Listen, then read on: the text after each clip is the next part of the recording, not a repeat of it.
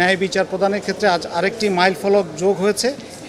সেটা হচ্ছে একটি বহুল আলোচিত ঘটনা ছিল, যা আপনারা জানেন, যে দুদকের উপসহকারী পরিচালক মোহাম্মদ শরীফউদ্দীন, যাকে 2022 সালে চাকরিচ্যুত করা হয়েছিল 3 মাসের বেতন দিয়ে। তাকে স্থায়ী কর্মচারী হওয়া সত্ত্বেও 3 মাসের বেতন দিয়ে দুর্নীতি দমন কমিশন যাকে চাকরিচ্যুত করেছিল, এবং তার এই মামলা নিয়ে আমরা 2022 সাল থেকে লড়াই করছি।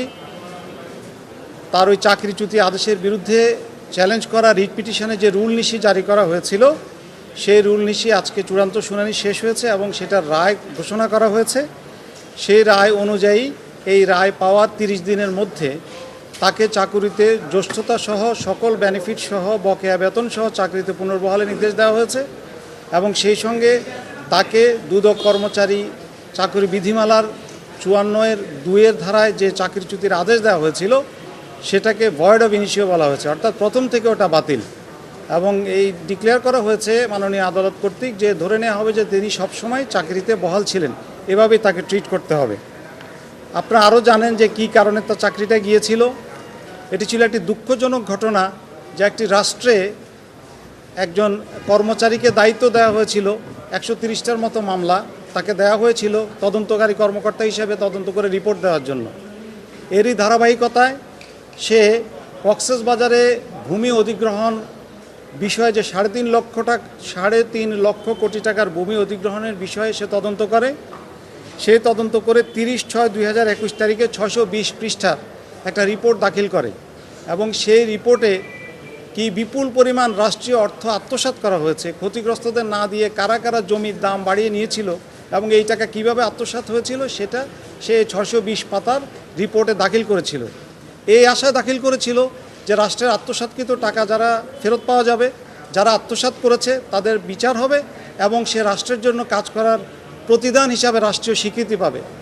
অথচ এই রিপোর্ট দাখিল করার কিছুদিনের মধ্যেই তার উপর ভয়াবহ বিপর্যয় নেমে আসে।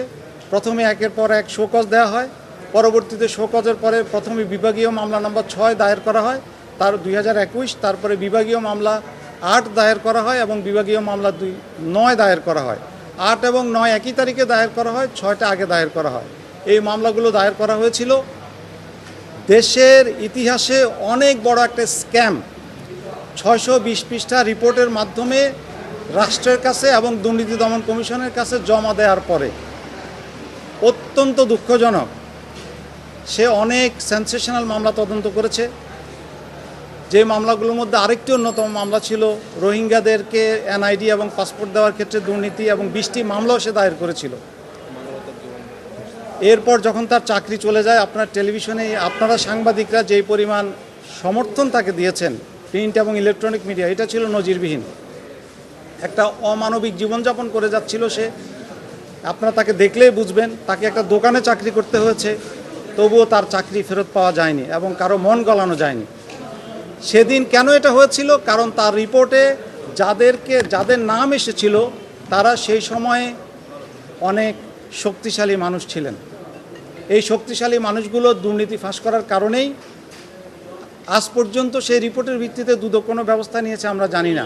আর আরেকটি দুঃখজনক বিষয়, যেটা অত্যন্ত দুঃখজনক বিষয়, যে এই ঘটনাটি সারা পৃথিবীতে জানে, ইউনাইটেড নেশনস জানে, তার ব্যাপারে বিভিন্ন এম্বাসি জানে যে কেন এই করাপশনের বিরুদ্ধে অবস্থান নেওয়ার পরে, রিপোর্ট দেওয়ার পরে তাকে ভিক্টিমাইজ করা হলো। কিন্তু বর্তমান দুর্নীতি দমন কমিশন গত 11 মাসে তাকে চাকরিতে পুনর্বহাল করেনি, অপেক্ষা করেছে যে হাইকোর্ট থেকে রায় আনতে হবে। এটা অত্যন্ত দুঃখজনক।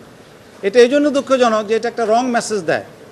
সত্য না হওয়া সত্ত্বেও এই মেসেজ দেয় যে যারা শক্তিশালী তাদের বিরুদ্ধে যেই যখন ব্যবস্থা গ্রহণ করুক বা দুর্নীতি ফাঁস করুক, কোন সরকার থাকলেও এটা গুরুত্বপূর্ণ বিষয় নয়, কোন কমিশন থাকলেও এটা গুরুত্বপূর্ণ বিষয় না। বিষয়টা হলো তারা সবসময় শক্তিশালী। আমরা বিশ্বাস করি এই রং মেসেজটা আর যাবে না। এই রং মেসেজটা দুঃখজনক যে শরীফউদ্দীনকে গত 11 মাস কোর্টের বারান্দায় ঘুরতে হয়েছে একটি প্রশাসনিক আদেশে। বর্তমান দুর্নীতি দমন কমিশন, যেটা 5ই আগস্টের বিপ্লবের পরে, অভ্যুত্থানের পরে জনগণের আশা-আকাঙ্ক্ষার প্রতিফল হিসাবে সৎ মানুষদের দ্বারা গঠিত হয়েছে, তারা অন্তত এই 11 মাসে এর কষ্ট, এর অমানবিক জীবনযাপন কিছুই কনসিডারেশনে নিয়ে তাকে পুনর্বহাল করেন নাই। একটা 2 লাইনের চিঠি যথেষ্ট ছিল শরীফকে পুনর্বহাল করার জন্য। সেটা ছিল যে অর্ডারটা ইস্যু করেছিলেন সেটা শুধু তারা বাতিল করার প্রয়োজন ছিল, কিন্তু তারা সেটা করেননি।